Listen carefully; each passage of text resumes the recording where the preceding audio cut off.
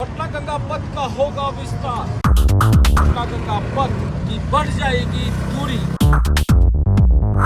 90 kilometre का होगा अपना पटना गंगा पथ। करजान से कोइलवर तक होगा इसका संपर्क। अभी दीघा से लेकर के गाय घाट तक गंगा पथ पे आवागमन शुरू हुआ है। गंगा पथ का जीरो चैनेज दीघा सोनपुर ब्रिज के ठीक नीचे से शुरू होता है और ये जो इलाका देख रहे हैं इसे दीघा रोटरी कहते हैं। दीघा सोनपुर ब्रिज से सीधे ये आप एम्स चले जाएंगे या फिर इधर से आप गांधी मैदान, गाय घाट, एलसीटी घाट, मतलब जो अभी आपको पटना मेन टाउन में जाना है तो आप इधर से चले जाएंगे या फिर आएंगे। अभी क्या स्थिति है कि जो भी गाड़ियां आ रही है वो इससे आगे सिर्फ दीघा के तरफ जा रही है। अगर किसी को मनेर जाना है, दानापुर जाना है तो लोग उधर से वो फ्लाईओवर पकड़ के चल जाते हैं और आते हैं, या फिर एम्स जाना है। एम्स जाने के लिए तो खैर यही है, लेकिन दानापुर और मनेर जिसको जाना है वो अभी बस यही मार्ग है। ये दोनों मार्ग से में से कोई एक मार्ग पकड़ के जाते हैं। गंगा के किनारे कोई मार्ग नहीं है।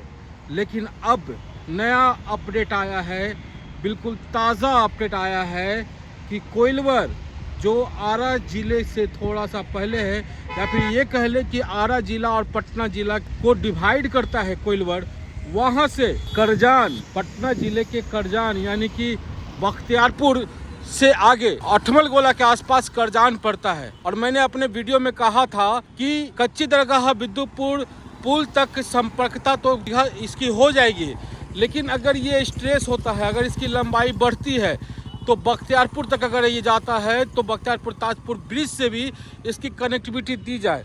वो मैंने अपने वीडियो में के माध्यम से बताया था, आप लोग को याद होगा। आज वो पल आ गया है। करजान मतलब आप बख्तियारपुर ताजपुर ब्रिज तक आप गंगा पथ के माध्यम से जा सकते हैं। इसमें कोई शक नहीं है कि आने वाले समय में या फिर अभी भी गंगा पथ लाइफ लाइन का काम करेगा। पटना सिटी वालों के लिए तो ये लाइफ लाइन बन ही गया है। अब दीघा से लोग जो गाय घाट तक जो 2 घंटा, 2.5 घंटा, 3 घंटा का सफर हुआ करता था, अब मुश्किल से 5 से 10 मिनट का हो गया है, 15 मिनट का हो गया है। लेकिन अब जो नई खबर आई है, हमारे मुख्यमंत्री जी कल इसका निरीक्षण भी करने के लिए आए थे। आप सोच सकते हैं कि पिछले सोमवार को इनॉग्रेशन किया है उन्होंने दीघा से लेकर के गाय घाट तक के गंगा पथ का, और इस सोमवार को यानी कि 21 तारीख को वो निरीक्षण करने के लिए आगे। समझ सकते हैं उनकी गंभीरता को, क्योंकि उनका ड्रीम प्रोजेक्ट है और वो चाहते हैं कि बिहार के विकास में कहीं से कोई चूक न हो और बिहार के लोगों को कोई असुविधा न हो।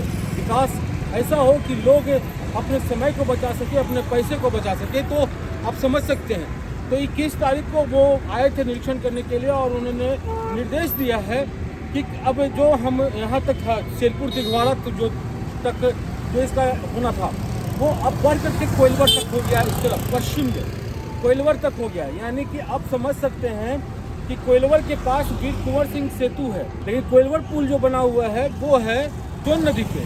तो जहाँ पे हमको लगता है जहाँ पे सोन नदी का मिलन होता है या फिर कोइलवर पुल जहाँ पर है वहाँ पर हो जाएगा। वहाँ पर भी अगर चाहे तो वाई शेप ले लेगा और ये छपरा से भी इसकी संपर्कता बन जाएगी। अगर वाई शेप ले लेगा तो गंगा से अगर उधर वीर कुंवर सिंह सेतु तक हो जाता है तो लगभग वीर कुंवर सिंह सेतु जो आरा छपरा पुल है, लगभग कर रहे हैं, लगभग वहाँ से लेकर के शेरपुर दिघवाड़ा पुल, फिर यहाँ पर एक नया रोड, नया पुल बनना है जो दीघा सोनपुर ब्रिज के बगल में बनना है, पैरेलल बनना है। उसको पार करते महात्मा गांधी सेतु नया और पुराना दोनों को पार करते हुए कच्ची दरगाह विद्युतपुर पुल को ये पार करके कच्ची दरगाह विद्युतपुर पुल तक 24 तक की टारगेट रखा गया है कि वो कंप्लीट हो जाएगा। 24 का टारगेट है। ये लोग तो तैयार ही हैं, लेकिन लग रहा है कि अगले साल शुरुआती दौर में ही उधर वाला भी तैयार हो जाएगा और इनका वहां तक भी जाने का तैयार हो जाएगा। तो आप समझ लीजिए कि हम लोग जो बनवाए हैं, एक हिस्सा करवाए लास्ट ईयर, दूसरा हो गया, तीसरा भी हो जाएगा, ये सब भी हो जाएगा। सब इसी को ना देख रहे हैं भाई। वो भी बनाने के लिए कितना पहले से इंटरेस्टेड है, आपको मालूम है। ये 10-12 साल पहले से 6 लेन वाला करवा रहे हैं, तो उसमें डिले किया है, तो इधर बार बार जाकर के किए, तब कह दिया है कि हो जाएगा। वैसे अगर चाहे तो ये लोग मारूफगंज तक चालू कर सकते हैं। मुझे लगता है कि इसी साल मारूफगंज तक ये लोग चालू कर सकते हैं। जैसा मैंने देखा है काम का, वहाँ पे स्पीड देखा है। मारूफगंज के बाद वाला 24 तक हो सकता है। तो हो सकता है अभी 3 फेज लोग बोल रहे हैं, लेकिन हो सकता है आने वाले समय दीदारगंज चौथा फेज यानी तीसरा ही है वो, लेकिन उससे पहले मारूफगंज तक चालू हो सकता है, ऐसा मुझे लगता है। जो हम बाकी लोग जो है वो जो जैसा देखें, उसके बाद जब कच्ची जगह विद्युतपुर के पास पहुंचेगा तब उसके बाद ये बख्तियारपुर, खतुआ, बख्तियारपुर, अठमल गोला, करजान हम थोड़ा भूल रहे हैं। अगर करजान बख्तियारपुर ताजपुर ब्रिज का जो निर्माण हो रहा है वो हो रहा है अठमल गोला के आसपास में, बाबू भरोसी राय टोला है, वहाँ पर वो पुराने वाले NH से मिल रहा है। अब वहाँ से वो जा रहा है उधर समस्तीपुर ताजपुर की तरफ। अगर करजान बाबू भरोसी राय टोला के आगे है तब तो ये समझिए एक तरह से बाढ़ ठेक गया, क्योंकि जहाँ पे बख्तियारपुर ताजपुर ब्रिज का निर्माण हो रहा है वहाँ से बाढ़ की दूरी मुश्किल से 10-12 किलोमीटर है। तो आप एक तरह से समझ सकते हैं कि कहाँ तक हमारा ये गंगा पथ जाएगा। अब लोग इस पे क्या कहते हैं। साथ ही एक चीज़ और बता देते हैं कि यहाँ से दीघा सोनपुर ब्रिज जो है, जहाँ से गंगा पथ शुरू होता है, वहाँ से लेकर के जो 7 किलोमीटर का एरिया है यानी कि PMCS तक, वहाँ तक ग्रीन फील्ड एरिया डेवलप किया जा रहा है। बहुत ही अच्छा एरिया डेवलप किया है, पूरा ग्रीनरी रहेगा, 90% ग्रीनरी रहेगा यहाँ पे। और भी कई चीज़ें होगी यहाँ पर, जहाँ पर अभी लोग जितना आकर्षित होकर के यहाँ पर घूमने के लिए आते हैं, वो उसके बन जाने के बाद आकर्षण और बढ़ जाएगा और लोग यहाँ पर घूमने के लिए आएंगे।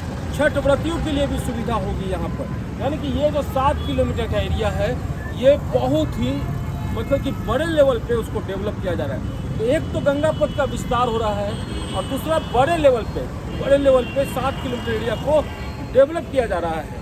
तो ये समझ सकते हैं कि कितना बड़ा प्रोजेक्ट और कितना बड़ा काम होने वाला है।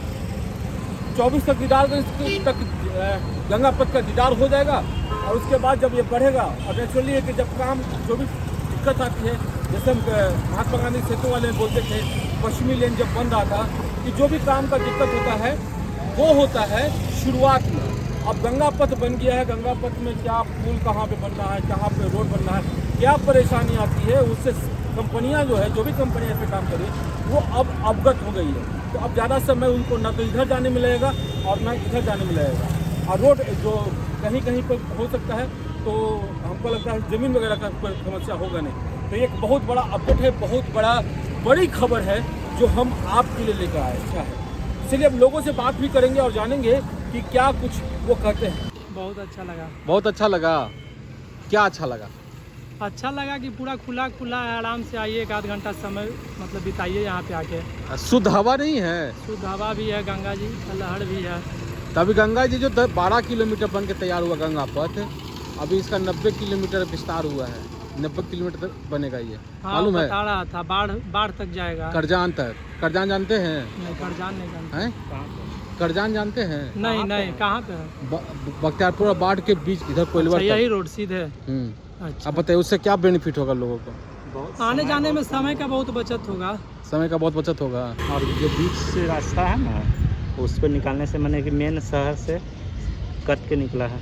इससे लोगों के जिसको शहर में जाना वो शहर में जाएगा, जिसको शहर से नहीं जाना उसको अपना साइड से निकल जाएगा। अच्छा। बाहर जाने के लिए उसको समय का बचत होगा। ट्रैफिक पे कुछ खास असर नहीं पड़ेगा, बट जो बाईपास पे जो जाम लगता था वो सब में राहत मिलेगा। बहुत अच्छा लग रहा है। बहुत ही बढ़िया, बहुत बढ़िया। हम लोग को क्या चाहिए? हम लोग को चाहिए कि सरकार काम करे कि हम लोग के आराम के लिए, हम आपको कैसे आराम मिले, कैसे आराम पहुँचे। नीतीश कुमार कर रहा है, वो आप पहुँच रहे हैं आधा घंटा में। बहुत असर पड़ेगा सर लाइफ स्टाइल में। एक तो टाउन में इसका लोड करने का, बाहर जाने आने वाले लोग इससे निकल जाएंगे।